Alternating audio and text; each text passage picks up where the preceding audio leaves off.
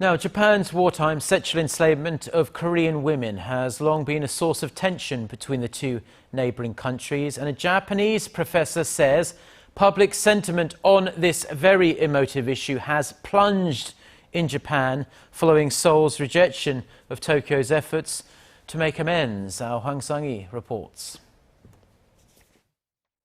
Japan has done its best to resolve the issue of its wartime sexual enslavement of Korean women, and the Japanese public will not allow for fresh apologies or a higher degree of compensation than was already given.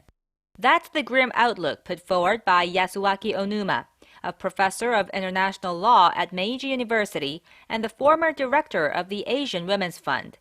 Set up by the Japanese government in 1995, the fund collected private donations and sent compensation to 364 former comfort women in Taiwan, the Philippines, the Netherlands, and Korea, each of whom received roughly $30,000. The government also provided direct funding for medical care for the recipients and issued hand-signed letters of apology from then Prime Minister Tomiichi Murayama.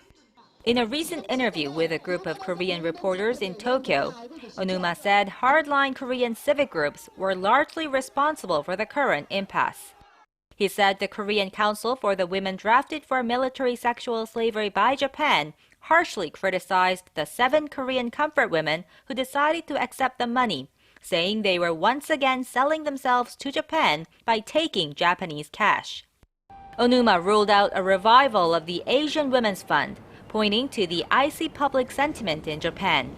He said many Japanese people feel the country put its greatest efforts into resolving the comfort women issue and was rejected by Korea, adding that similar actions will not be allowed amid the current nationalistic tide in Japan.